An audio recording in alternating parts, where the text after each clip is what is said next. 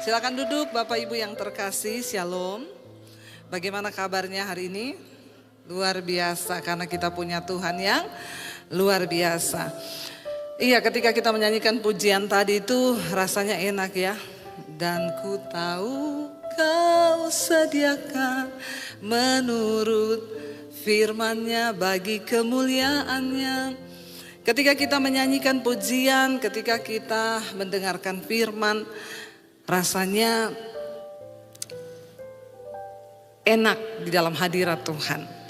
Ketika kita ada di tempat ini memuji Tuhan, rasanya yes, dekat sama Tuhan, masalah lupa. Tapi ketika kita pulang ke rumah, kita kembali berhadapan dengan yang namanya masalah, persoalan. Apakah kita tetap percaya? Apakah kita tetap berkata, Tuhan, aku percaya aku akan melihat janji-janji-Mu. Nah, malam hari ini saya beri tema firman Tuhan, belajar percaya.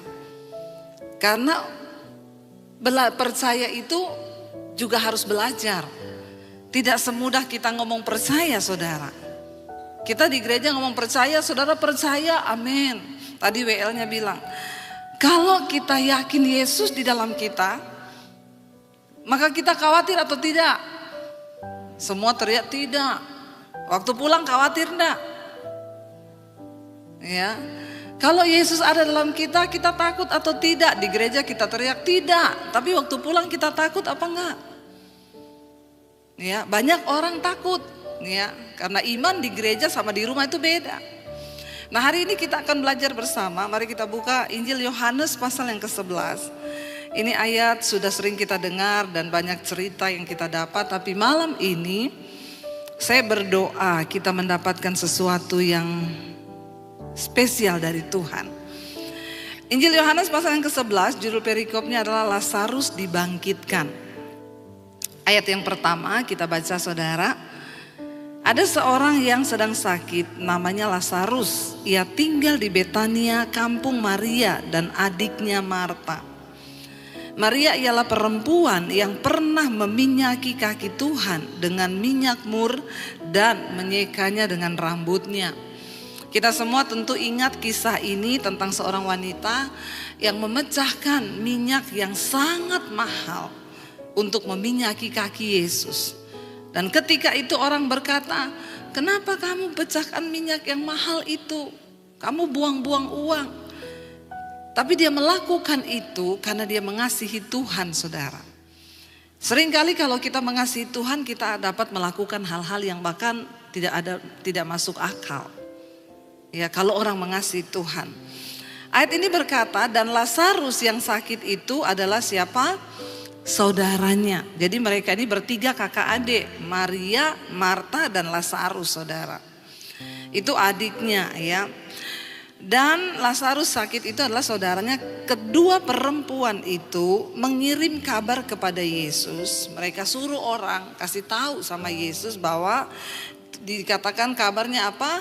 Dia yang engkau kasih itu siapa? Sakit.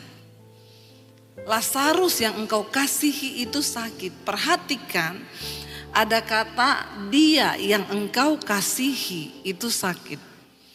Keluarga ini adalah keluarga yang spesial di mata Tuhan dan Yesus sangat mengasihi keluarga ini. Kenapa mereka dikasihi oleh Tuhan? Tentu ada alasan. Ya, apakah Tuhan mengasihi kita malam hari ini? Ya, ada alasan Tuhan mengasihi kita atau tidak, saudara. Biarlah kita menjadi orang-orang yang memiliki alasan untuk Tuhan tuh mengasihi kita. Katakan amin.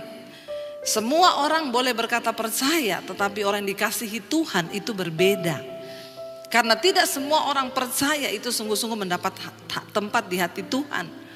Ya, hanya orang-orang tertentu. Dan Alkitab mencatat keluarga ini dikasihi Tuhan. Marta dan Maria berkata, Tuhan, dia yang engkau kasihi sakit. Ayat yang keempat, ketika Yesus mendengar kabar itu, ia berkata, penyakit itu tidak akan membawa kematian, tetapi akan menyatakan kemuliaan Allah, sebab oleh penyakit itu anak Allah akan dimuliakan. Saudara, setiap persoalan, pencobaan yang kita hadapi itu pasti ada maksud Tuhan. Tetapi ya seperti yang saya sering katakan, memang manusia sama Tuhan itu beda tipis. Ya, Tuhan Maha tahu, kita sok tahu. Ya, jadi Yesus berkata penyakit itu tidak akan membawa kematian, tetapi akan menyatakan kemuliaan Allah. Ada banyak hal dalam hidup ini yang Tuhan akan izinkan kita alami, supaya lewat masalah yang kita alami itu kemuliaan Tuhan akan dinyatakan. Tapi banyak orang Kristen tidak mengerti ini, karena bayangan kita tentang kemuliaan Tuhan itu adalah sesuatu yang enak, sesuatu yang baik. Saya percaya saudara, waktu kemuliaan Tuhan itu akan dinyatakan, ada sesuatu yang tidak enak dulu yang akan kita alami. Ya, hari-hari ini apa yang terjadi di atas bangsa kita, saya percaya dan sangat percaya tangan Tuhan sedang bekerja di atas Indonesia. Katakan amin. Setiap hari kita berdoa, apalagi saya tuh di Mesbah Doa, setiap malam berdoa untuk bangsa ini. Berdoa untuk TNI Polri, biar Tuhan murnikan bangsa ini. Semua yang terjadi ini ada di dalam kendali Tuhan. Karena Tuhan sedang membersihkan bangsa ini. Jadi mari kita melihat dengan kacamatanya Tuhan. Kita terus berdoa saudara, supaya Tuhan akan terus pulihkan dari orang-orang yang memegang jabatan kekuasaan di atas bangsa ini. Mereka yang lebih dulu harus dimurnikan. Kita bersyukur dengan apa yang terjadi hari-hari ini. Tuhan sedang berperkara dengan bangsa ini. Ketika Tuhan berperkara dengan kehidupan seseorang, maka ada hal yang tidak enak yang akan kita alami. Tidak selamanya rencana Tuhan itu datang dalam hidup kita dengan hal-hal yang enak, saudara. Ya, Tuhan berkata penyakit itu tidak akan membawa kematian, tetapi akan menyatakan kemuliaan Allah. Sebab oleh penyakit itu anak Allah akan dimuliakan. Pernahkah kita terpikir bahwa persoalan yang kita hadapi hari-hari ini yang Tuhan izinkan kita alami, itu akan membawa kemuliaan Tuhan di dalam hidup kita, dalam keluarga kita. Saya pernah bersaksi di Mesbah Doa, saudara.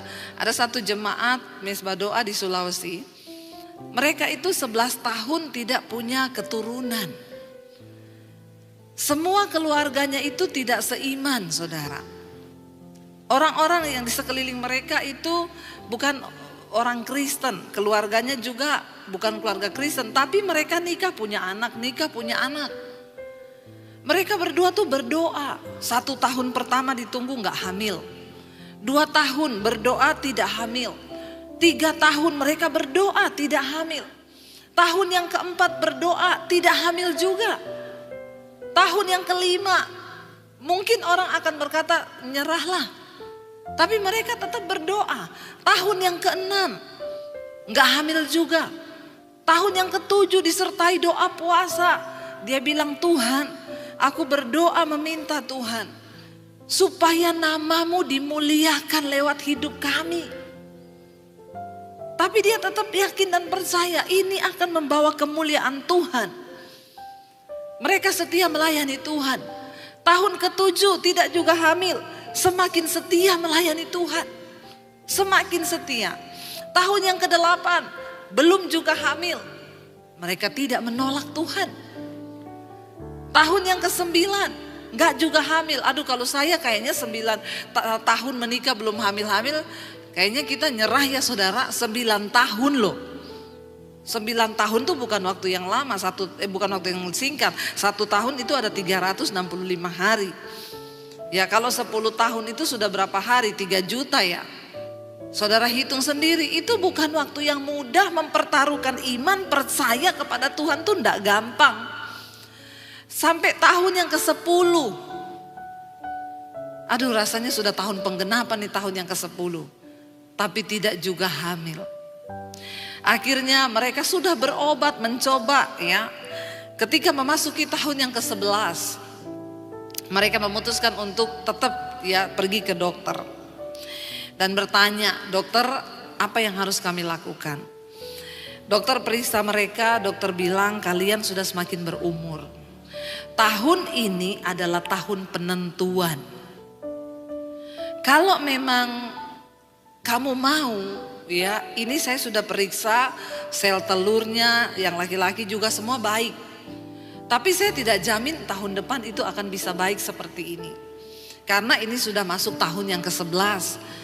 Istrinya sudah berumur, suaminya juga sudah mulai berumur.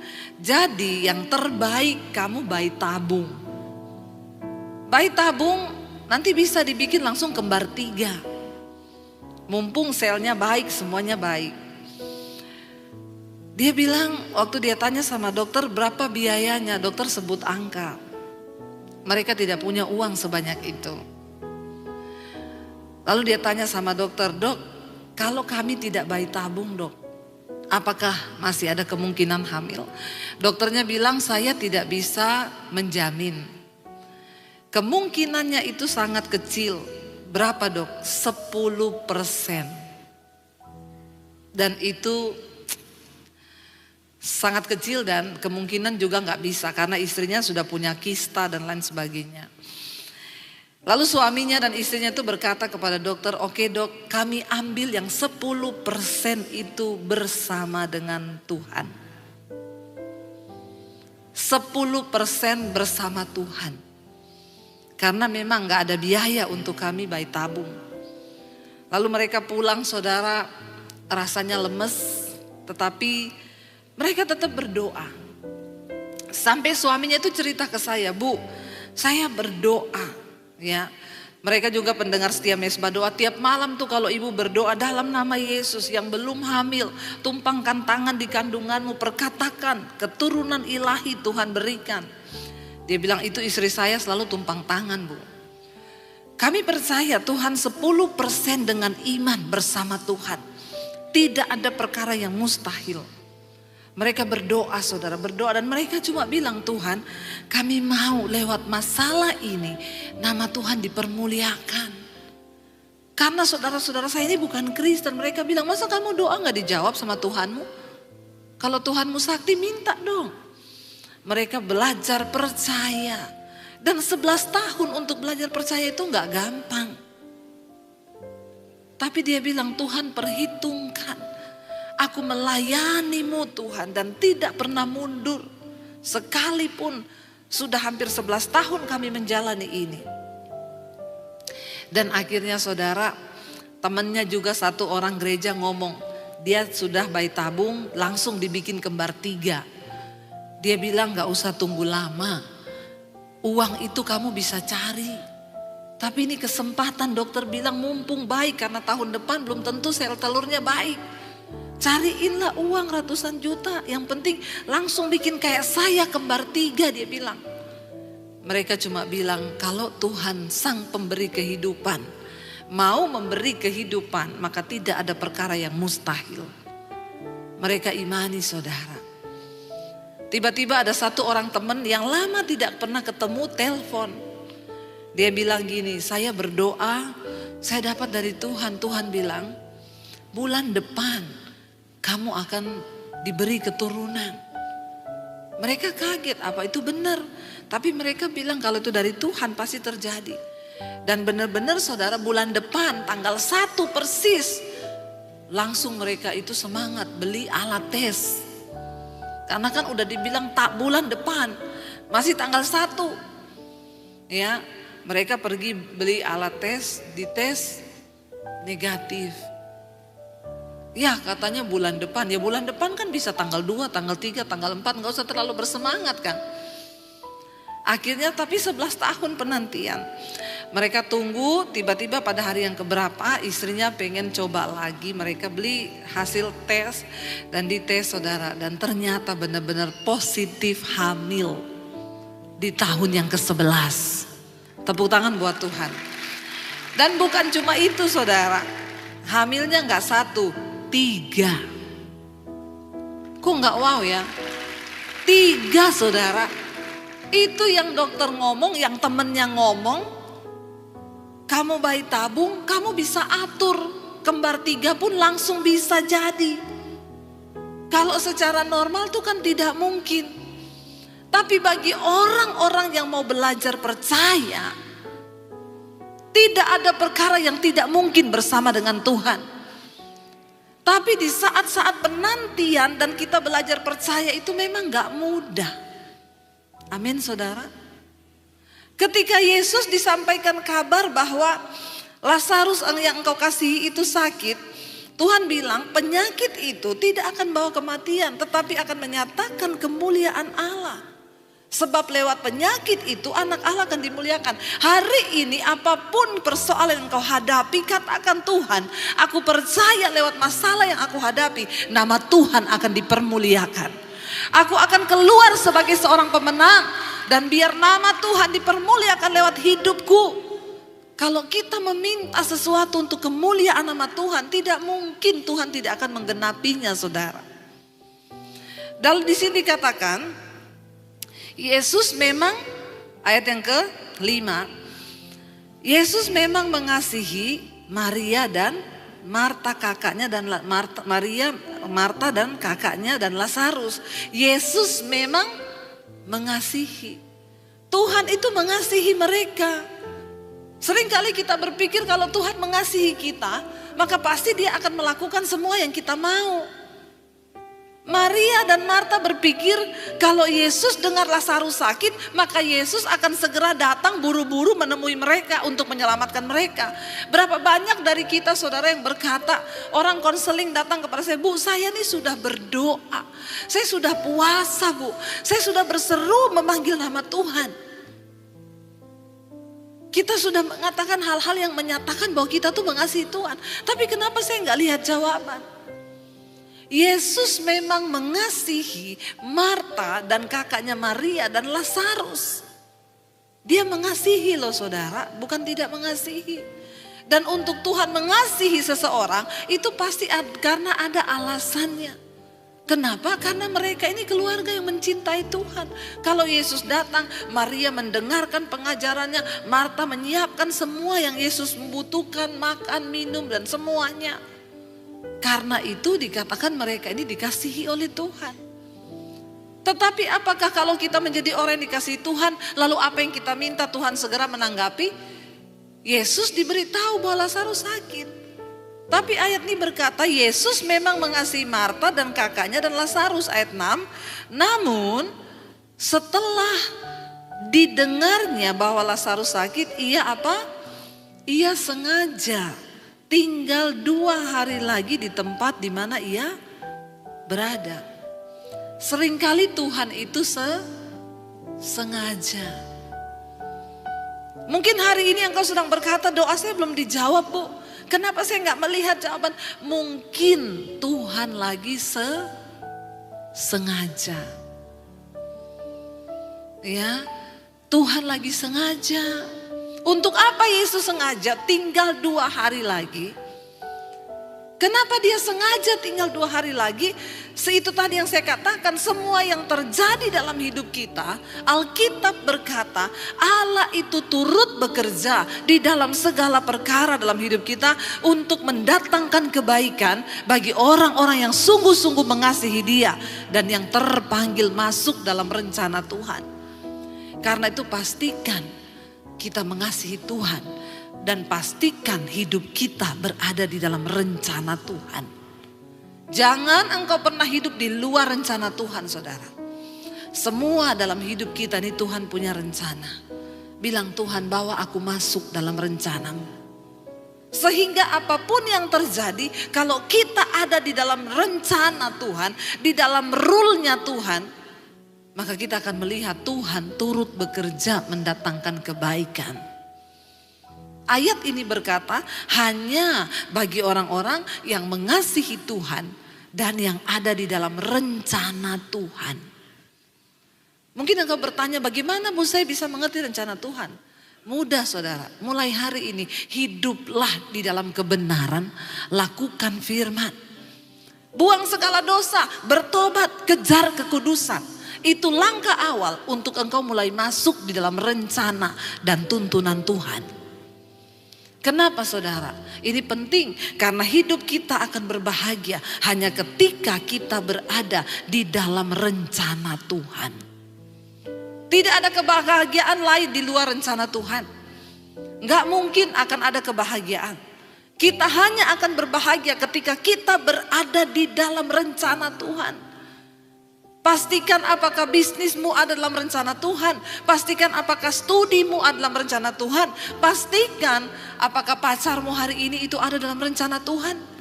Kalau enggak saudara, hentikan dan tinggalkan. Sebab engkau tidak akan mungkin bisa berbahagia. Yesus sengaja tinggal 2 hari lebih lama ketika dia mendengar bahwa Lazarus sakit.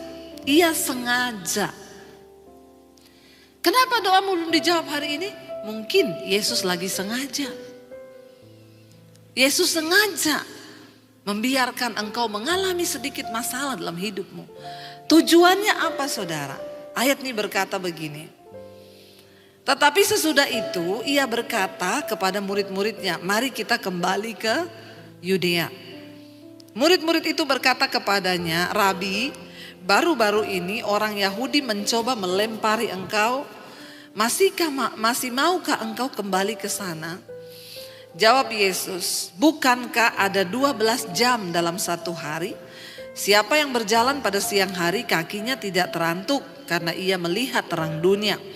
Tetapi jikalau seorang berjalan pada malam hari kakinya terantuk karena terang itu tidak ada dalam dirinya. Artinya apa? Yesus berkata, selama engkau ada dalam terang gak usah takut.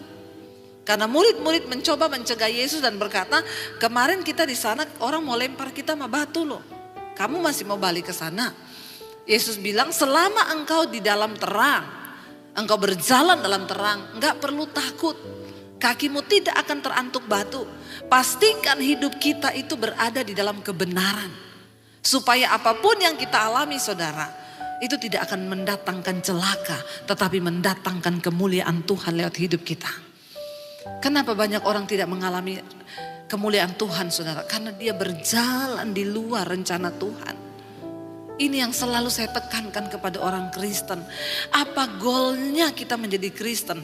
Supaya kita mengerti rencana Tuhan di dalam hidup kita. Kita hidup untuk menggenapi rencana Tuhan. Bagaimana mungkin kita bisa berbahagia kalau hidup kita berada di luar rencana Tuhan? Itu gak mungkin. Tapi selama kita berjalan di dalam rencana Tuhan, lah itulah kebahagiaan di hidup kita. Lalu saudara Yesus berkata kepada mereka, ya demikianlah perkataannya, dia bilang begini, demikian perkataannya. Dan sesudah itu ia berkata kepada mereka, Lazarus saudara kita telah tertidur, tetapi aku pergi ke sana untuk membangunkan dia dari tidurnya. Maka kata murid-murid itu kepadanya, Tuhan, jikalau ia tertidur, ia akan sembuh. Jadi ngapain kita pergi ke sana? Kan dia cuma tidur. Maka dia pasti akan sembuh. Dan ayat ini berkata, tetapi maksud Yesus ialah tertidur dalam arti mati. Jadi di hadapan Tuhan mati itu hanya tertidur. Gak usah takut dengan kematian, amin. Siapa yang sudah siap mati? Mati itu cuma tidur. Saya mau berdoa supaya kita sebagai orang Kristen tidak ada lagi yang takut mati. Karena firman Tuhan berkata, mati itu adalah sebuah keuntungan di dalam Yesus. Ini serius saudara. Yesus bilang, dia berkata maksud Yesus ialah tertidur dalam arti mati. Sedangkan sangka mereka, Yesus berkata tentang tertidur dalam arti biasa.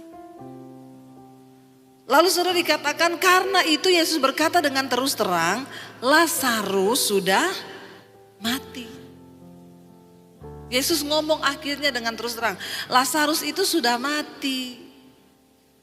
Tetapi ini yang nyeleneh saudara, kalau saya bilang ya Yesus itu agak aneh ya mungkin di mata murid-muridnya. Habis dia bilang Lazarus sudah mati, tetapi dia bilang apa di sana? Tetapi syukurlah aku tidak hadir pada waktu itu. Saya bisa membayangkan kalau ada seorang jemaat, keluarganya sakit, lalu dia telepon pendeta. Nggak ketemu sama pendeta itu, di telepon nggak diangkat-angkat, di WA nggak dibalas, nggak ketemu. Singkat cerita, keluarganya itu mati. Lalu pendetanya ngomong gini, sudah mati ya keluarganya, untung saya nggak ada di situ hari itu. Kira-kira saudara, kalau orang mendengar seperti itu, marah nggak? Ya pasti. Ini apa sih, saya aja saudara yang WA itu saya nggak bales kan. Yang masuk WA itu puluhan ribu di HP saya. Itu saya nggak bisa balas satu persatu. Itu aja yang maki-maki saya banyak kok. Ternyata masih banyak orang Kristen yang belum bertobat, masih aneh. Ya, maki-maki saya. Pendeta macam apa kau itu? WA tidak dibalas. Orang mau konseling tidak ditanggapi. Saya selalu bilang, saya ini sangat terbatas. Kenapa saya selalu berkata cari Tuhan secara pribadi, jangan andalkan manusia. Ini Marta nggak datang sama manusia, datang sama Yesus loh. Ketika mereka menyampaikan masalah mereka bahwa Lazarus saudara mereka sakit, Yesus nggak segera datang dan menolong, tapi dia sengaja tinggal 2 hari, malah saudaranya mati. Udah mati dia bilang lagi, untung saya nggak ada di situ waktu itu. Mungkin murid-murid berpendapat nih Tuhan macam apa ya? Kok omongannya begini? Kok kayaknya dia senang Lazarus mati, bahkan ngomong untung, syukurlah. Kalau kita telah baik-baik kata-kata ini, tapi syukurlah aku tidak hadir pada waktu itu. Kita bayangkan Marta dan Maria itu khawatirnya, cemasnya, waktu lihat keadaan saudaranya sudah sekarat. Mereka pasti dalam hatinya ini, Tuhan gimana sih? Kami yang sudah mengasihi dia. Aku yang sudah meminyaki kakinya dan menyekatnya dengan rambutku. Kami yang menaruh harapan kepadanya. Di depan mata kami melihat dia bikin mujizat. Orang disakit disembuhkan, yang lumpuh berjalan, yang buta melihat. Tetapi kenapa saat kami membutuhkan Tuhan dia gak ada? Saudara, berapa banyak kita sebagai orang Kristen pun berkata begitu. Tuhan kenapa engkau gak tolong aku? Kenapa engkau gak jawab masalahku?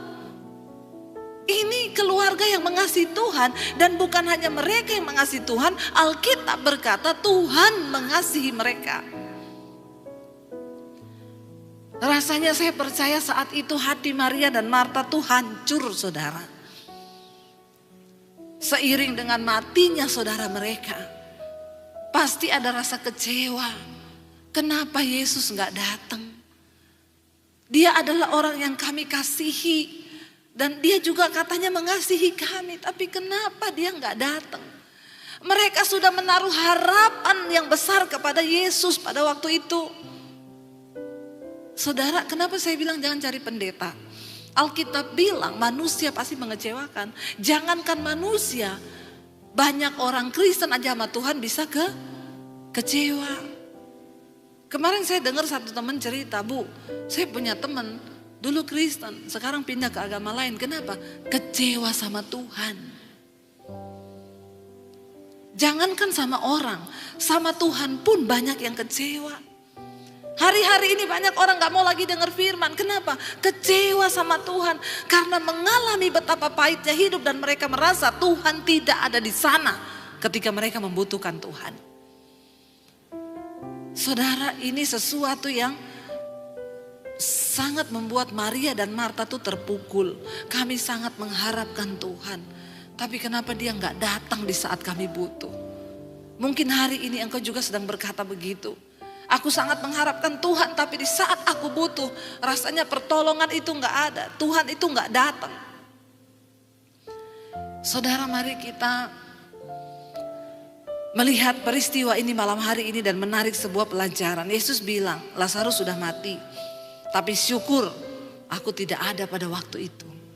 Apa maksud Tuhan? Saya percaya murid yang mendengar pasti akan berkata, ini gimana ya? Kok dia malah ngomong kayak begitu? Sebab demikian lebih baik bagimu supaya kamu dapat belajar percaya. Ternyata untuk bisa percaya kepada Tuhan, kita tuh harus belajar. Dan apa yang dapat membuat kita bisa belajar percaya? Masalah, pergumulan, tantangan hidup. Orang yang punya iman yang kuat kepada Tuhan pasti sudah pernah menghadapi badai yang begitu besar. Makanya imannya bisa kuat dan tidak tergoyah. Hanya orang-orang yang sudah belajar percayalah yang dapat melihat mujizat terjadi dalam hidupnya. Hanya orang-orang yang sudah belajar percaya, saudara. Yesus bilang supaya engkau belajar, supaya kamu dapat belajar percaya. Lalu Yesus bilang apa? Marilah kita pergi sekarang kepadanya. Perhatikan, Thomas menangkap perkataan Yesus yang gak enak didengar. Itu Thomas bilang apa? Thomas yang disebut Didimus berkata kepada teman-temannya, yaitu murid-murid yang lain. Yesus dia bilang apa, saudara? Ayat yang ke-16. Ayat yang ke-16 Thomas bilang begini, marilah kita pergi juga untuk mati bersama-sama dengan dia. Kenapa ada perkataan ini keluar dari mulut Thomas? Karena dia dengar Yesus ngomong, Lazarus sudah mati tapi untung aku gak ada. Itu menjadi sandungan. Makanya Thomas bilang, yuk kita pergi biar kita juga mati sama-sama di sana. Dalam hatinya Thomas, kenapa dia nggak peduli Lazarus mati? Malah dia bilang, untung aku nggak di sana. Syukurlah saya nggak ada di sana waktu itu. Thomas mengejek dan dia berkata, ayo kita pergi sama-sama dia biar kita juga mati sama-sama di sana. Ini adalah sebuah perkataan yang manusiawi yang keluar dari hati yang kayaknya melihat keadaan itu kok kayak begini ya. Tapi itu yang Yesus maksud. Kita harus belajar percaya. Kita harus belajar percaya. Belajar percaya itu seperti apa? Saya ingat dulu saudara, suami saya, kita dulu buka penerbit dan percetakan. Itu kalau sudah mau waktunya bayar kertas, kita harus bayar tepat waktu supaya kita bisa dapat kertas lagi untuk kita mulai cetak buku lagi. Tapi ya itu selalu setiap kali ditagih distributor ini nggak pernah bayar tepat waktu. Ya, lalu akhirnya saya tuh berdoa, Tuhan, saya pengen ya ada mujizat. Suami saya tuh bilang, kita ini besok sudah jatuh tempo loh, sudah diingetin sebenarnya sudah lewat jatuh tempo. Kita kalau nggak bayar kertas besok, kita nggak bisa nyetak, maka terlambatlah semua ini pekerjaan. Saya cuma bilang sama suami saya, percaya aja ya. Besok pagi bangun, kita cek mobile banking nggak ada masuk, transferan nggak ada masuk. Suami saya pergi doa pagi di gereja pelayanan, dia pulang gereja, dia masuk rumah, dia nyanyi saudara. Hatiku percaya.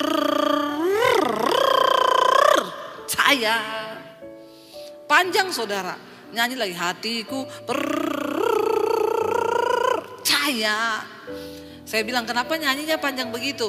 Ini lagi belajar percaya. Katanya mujizat itu ada. Secara logika aku sudah tidak percaya. Tapi dengan iman aku harus tetap belajar percaya. Makanya saya bilang itu tadi belajar percaya itu tidak mudah. Tidak segampang waktu kita nyanyi di gereja. Waktu kita menghadapi kenyataan hidup itu berat saudara. Nggak semudah ketika kita ngomong aku percaya pada Tuhan. Allahku kan memenuhi kebutuhanku dengan segala kekayaannya, besok jatuh tempo ini. Gak usah angkat tangan. Ya, besok jatuh tempo, adakah iman? Bagaimana caranya? Sementara firman Tuhan berkata begini-begini, untuk bisa memiliki iman yang teguh, yang benar-benar menghasilkan mujizat, itu ada tahapnya, ada prosesnya yang namanya proses belajar. Belajar percaya. Lalu saya bilang sama suami saya gini, kamu percaya ya Tidak ada yang mustahil bagi Tuhan. Ini nanti siang saya bilang, nanti siang, ini kamu mau apa? Dia bilang, ini saya nanti siang mau lihat anak-anak musik latihan di gereja. Karena dia waktu itu juga koordinator musik di satu gereja. Ya udah kamu pergi lihat anak-anak latihan. Nanti kalau kamu pulang, kamu mampir di ATM, itu pasti uangnya udah ada. Terus dia tanya saya, kamu telepon distributor siapa? Ada yang janji? Tidak ada yang janji, saya sudah telepon semua, tidak ada yang bisa bayar hari ini. Terus kenapa kamu yakin ngomong begitu? Ya kan belajar percaya kita. Beneran, yakin ada. Kan belajar percaya, nyanyi lagi di hatiku percaya. Akhirnya dia pergi saudara. Baru pergi nih berapa menit, nelpon saya, aku udah mampir di ATM, nggak ada uang masuk. Terus saya bilang, kan tadi saya bilang habis latihan musik di gereja, pulang baru lihat, ini kamu sudah latihan belum, baru mau berangkat, iseng, bener ndak ada transferan. Loh itu loh manusia, orang udah dibilang nanti, akhirnya dia bilang ya udah ini saya latihan dulu ya. Emang bener nggak ada distributor yang telepon kamu janji transfer siang ini? Ndak ada. Terus kenapa kamu percaya banget? Ya aku percaya, kan aku berdoa minta sama Tuhan supaya kamu juga belajar percaya. Karena laki-laki itu untuk belajar percaya itu susah. Makanya survei membuktikan yang paling banyak kena stroke itu laki-laki. Kenapa saudara? Karena laki-laki itu ukuran otaknya lebih kecil daripada perempuan, tetapi memorinya full. Semua dipikir, dia nggak mau pakai iman, dia pakai pikiran. Kalau rasionya berkata nggak mungkin, ya nggak mungkin. Kalau kamu nggak telepon distributor, ya nggak mungkin ada yang transfer. Dia semua udah bilang nggak kan? Saya bilang, tapi kan Tuhan sanggup menjamah hati distributor. Siapa aja di mana tiba-tiba dia ingat transfer gitu. Ya mudah-mudahan aja. Kadang-kadang yang lebih beriman tuh perempuan. Karena perempuan tuh lebih pakai feeling, perasaan. Jadi untuk beriman kepada Tuhan tuh lebih cepat. Lalu dia pergi saudara, ya udah saya latihan dulu lihat anak-anak di gereja ya. Berarti nanti pulang ya. Saya bilang iya. Dia pergi saudara, apa yang saya lakukan? Saya masuk di kamar, saya berdoa. Saya bilang Tuhan, tunjukkan Tuhan mujizatmu supaya suami saya ini juga belajar percaya. Karena tidak mudah Tuhan, tapi aku berdoa dalam nama Yesus nyatakan kemuliaan-Mu Tuhan. Dan jangan permalukan saya Tuhan yang udah ngomong sama dia nanti habis latihan dari gereja ada transferan. Saya nangis saudara sama Tuhan. Padahal saya kalau depan suami saya bisa dari malam itu saya sudah kuatkan hatinya. Percaya saya besok pasti ada mujizat. Apa iya toh ya udah pokoknya tidur dulu malam ini gak usah dipikir. Dia tidur. Saya nangis berlutut di kaki Tuhan. Lalu akhirnya saudara saya sudah deg-degan ya tunggu selesai dia dari gereja. Tuhan ya dalam nama Yesus aku mau belajar percaya kepada Tuhan nyatakan. Tiba-tiba telepon saya bunyi. Aduh suami saya ini pasti dia sudah mampir di ATM. Ya terus dia bilang terus saya jawab gimana? Kamu telepon distributor siapa? Saya enggak telepon. Kemarin itu semua distributor sudah ngomong mereka enggak ada yang bisa transfer. Karena masih ketahan juga uangnya. Beneran? Kamu di mana sekarang saya tanya? Di ATM. Terus gimana? Ada duitnya. Loh saudara. Ya. Aduh saya itu Tuhan. Saya nangis saudara. Saya nangis. Yang namanya belajar percaya itu tidak mudah. Di saat kita ini mengalami hal-hal, tapi disitulah iman dipertaruhkan. Apakah kita lari pinjam orang atau ke penggadean menyelesaikan masalah tanpa masalah? Padahal nambah masalah. Atau kita mau beriman percaya pada Tuhan. Yesus berkata, sampai Lazarus mati loh. Aku melakukan itu, kenapa aku tinggal lebih lama 2 hari? Kenapa aku biarkan sampai Lazarus mati? Supaya kamu belajar percaya. Dan kita harus percaya bahwa rencana Tuhan dalam hidup kita itu tidak ada yang gagal. Tapi Tuhan tuh melihat iman kita. Waktu kita ngomong percaya itu tidak semudah ketika kita mengalaminya dalam hidup kita. Tapi tetapkan hati kita saudara untuk tetap percaya. Tuhan mau sesulit apapun aku percaya firman-Mu itu gak pernah gagal. Bahkan sekalipun mungkin kami belum melihat. Tapi kami mau tetap percaya. Saya minta suami saya untuk main piano. Saudara mari kita sungguh-sungguh beriman kepada Tuhan. Yesus bilang untung aku gak ada di sana pada waktu itu. Supaya ini lebih baik bagi kamu. Supaya kamu dapat belajar percaya. Tuhan itu gak mau kita cuma ngomong kita percaya. Tapi Tuhan mau kita mempercayakan diri kepada Dia. Karena orang yang hanya percaya itu berbeda dengan mempercayakan dirimu kepada Tuhan. Ketika kita berkata kita mempercayakan diri kita kepada Tuhan, itu artinya kita percaya bahwa Tuhan sanggup melakukan segala perkara dalam hidup kita. Saudara percayalah, tidak ada yang terlalu sulit bagi Tuhan. Tidak ada yang terlalu sukar. Bahkan ketika Yesus sampai di tempat itu, semua berkata, sudah terlambat. Dia sudah dikuburkan.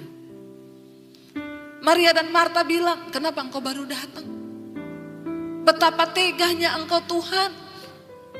Ketika semua sudah terlambat, Lazarus sudah mati. Bahkan dia sudah dikubur 4 hari dan sudah berbau busuk. Kenapa engkau baru datang? Saudara, seringkali dalam hidupku ini kita pun merasa Tuhan terlambat. Tapi dengar baik, hari ini saya mau bilang, tidak ada yang terlambat bagi Tuhan. Mungkin hari ini engkau berkata, Tuhan, bisnisku sudah mati. Keuanganku sudah mati. Rumah tanggaku sudah mati Tuhan. Tidak ada lagi harapan. Bahkan Maria dan Marta berkata dia sudah berbau busuk. Tapi Tuhan bilang, rencanaku tidak akan pernah gagal. Waktu kita mau belajar percaya, maka rencana Tuhan atas hidup kita tidak pernah gagal.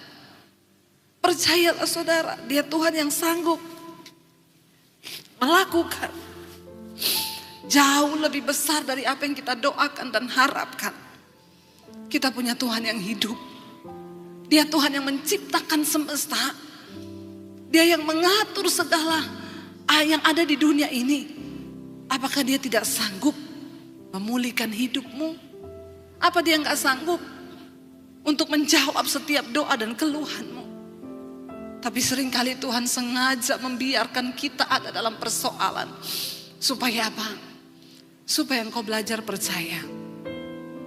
Biar hari ini kita mau bilang, Tuhan, kami mau belajar percaya.